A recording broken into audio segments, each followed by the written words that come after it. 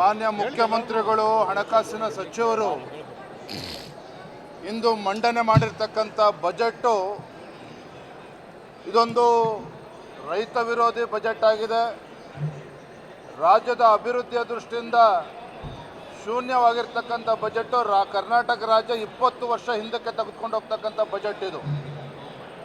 ಯುವಕರಿಗೆ ಯಾವುದೇ ಒಂದು ಕಾರ್ಯಕ್ರಮಗಳು ಯೋಜನೆಗಳನ್ನು ಘೋಷಣೆ ಮಾಡಿಲ್ಲ.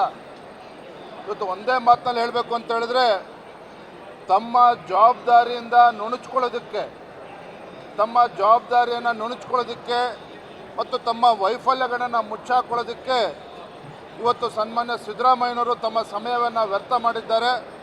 ಮತ್ತು ಈ ಬಜೆಟ್ಟಿನ ಒಂದು ಪಾವಿತ್ರ್ಯತೆಯನ್ನು ಹಾಳು ಮಾಡಿದ್ದಾರೆ. ಏನು ಮೊನ್ನೆ ದಿನ ದೆಹಲಿ ಚಲೋ ಮಾಡಿದ್ರು, ರಾಜ್ಯದ ಗೌರವವನ್ನು ಹರಾಜಾಗ್ತಕ್ಕಂಥ ಕೆಲಸ ರಾಜ್ಯ ಸರ್ಕಾರದ ನೇತೃತ್ವದಲ್ಲಿ ದೆಹಲಿಯಲ್ಲಿ ಏನಾಗಿತ್ತು, ಇವತ್ತು ಕೂಡ ಮಾನ್ಯ ಮುಖ್ಯಮಂತ್ರಿಗಳು ಹಣಕಾಸಿನ ಸಚಿವರು ತಮ್ಮ ಬಜೆಟ್ನಲ್ಲಿ ಕೇಂದ್ರ ಸರ್ಕಾರವನ್ನು ದೂರ್ತಕ್ಕಂಥ ಕೆಲಸವನ್ನು ಮಾಡಿದ್ದಾರೆ. ಇವತ್ತು ಉತ್ತರ ಕರ್ನಾಟಕದ ಅಭಿವೃದ್ಧಿಯ ಬಗ್ಗೆ 1 ರೂಪಾಯಿನೂ ಕೂಡ ಕೊಡದೇ ಇರತಕ್ಕಂಥ ಈ ಬಜೆಟ್ಟು. ಇವತ್ತು ರೈತರು ಸಂಕಷ್ಟದಲ್ಲಿದ್ದಾರೆ.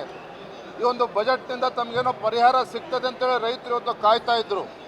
ರೈತರಿಗೂ ಕೂಡ ಅನುಕೂಲ ಆಗದೇ ಇರತಕ್ಕಂಥ ಈ ಬಜೆಟ್ಟು ಮಹಿಳೆಯರಿಗೂ ಕೂಡ ಅನುಕೂಲ ಆಗೋದಿಲ್ಲ. ಇವರು ತಮ್ಮ ಮ್ಯಾನಿಫೆಸ್ಟೋನಲ್ಲಿ ಪ್ರಣಾಳಿಕೆಯಲ್ಲಿ ನೇಕಾರರ ಬಗ್ಗೆ ಮಾತನಾಡಿದರು. ನೇಕಾರರ ಪರವಾಗಿ ಯಾವುದೇ ಒಂದು ಯೋಜನೆಯನ್ನು ಕೂಡ ಘೋಷಣೆ ಮಾಡಿಲ್ಲ. ಯೋಜನೆ ಘೋಷಣೆ ಮಾಡೋದಿರಲಿ, ಆ ನೇಕಾರರ ಹೆಸರು ಕೂಡ ಉಲ್ಲೇಖವನ್ನು ಮಾಡಿಲ್ಲ ಆ ಬಜೆಟ್ನಲ್ಲಿ. ಮತ್ತೊಂದು ಕಡೆಗೆ ಇವತ್ತು ಅಂಗನವಾಡಿ ಕಾರ್ಯಕರ್ತರಿಗೆ ಅವರಿಗೆ ಗೌರವಧನ ಹೆಚ್ಚಿಸ್ತೇವೆ ಅಂತೇಳಿ ಭರವಸೆ ನೀಡಿದರು. ಅದ್ರ ಬಗ್ಗೆನೂ ಕೂಡ ಉಲ್ಲೇಖ ಮಾಡಿಲ್ಲ. ನುಡಿದಂತೆ ನಡೆದಂಥ ಸರ್ಕಾರ ಅಂಥೇಳಿ ಕೊಚ್ಕೊಳ್ತಾರೆ. ನುಡಿದಂತೆ ನಡೀತಾ ಇರ್ತಕ್ಕಂಥ ಸರ್ಕಾರ ಅಂಥೇಳಿ ಇವತ್ತೇನು ತಮ್ಮ ಬೆನ್ನನ್ನು ತಾವೇನು ತಡ್ಕೊಳ್ತಾ ಇದ್ದಾರೆ. ಇದು ಸಂಪೂರ್ಣವಾಗಿ ಈ ರಾಜ್ಯದ ರೈತರು, ಬಡವರು, ದೀನದಲಿತರು, ನೇಕಾರರು, ಪರಿಶಿಷ್ಟ ಜಾತಿ, ಪರಿಶಿಷ್ಟ ಪಂಗಡ ಎಲ್ಲ ವರ್ಗಕ್ಕೂ ಕೂಡ ಒಂದು ರೀತಿ ನಿರಾಸೆಯನ್ನು ಮೂಡಿಸಿರ್ತಕ್ಕಂಥ ಬಜೆಟ್ಟು ರಾಜ್ಯದ ಅಭಿವೃದ್ಧಿಯ ಪೂರಕವಾಗಿಲ್ಲ ಅಂತಕ್ಕಂಥದ್ದು ಸ್ಪಷ್ಟವಾಗಿ ಕಾಣ್ತದೆ. ಇಂಥ ಬರಗಾಲದ ಸಂದರ್ಭದಲ್ಲೂ ಕೂಡ ಕೃಷಿ ಮತ್ತು ಬೆಳೆ ಸಾಲ ಮನ್ನಾದ ಬಗ್ಗೆ ಏನೂ ಕೂಡ ಉಲ್ಲೇಖವನ್ನು ಮಾಡಿಲ್ಲ. ಇವತ್ತು ಸರ್ಕಾರಿ ನೌಕರಿಗೆ ಇವತ್ತು ಮೂಗಿಗೆ ತುಪ್ಪ ಹಚ್ಚತಕ್ಕಂಥ ಕೆಲಸವನ್ನು ಕೂಡ ಇವರು ಮಾಡಿದ್ದಾರೆ.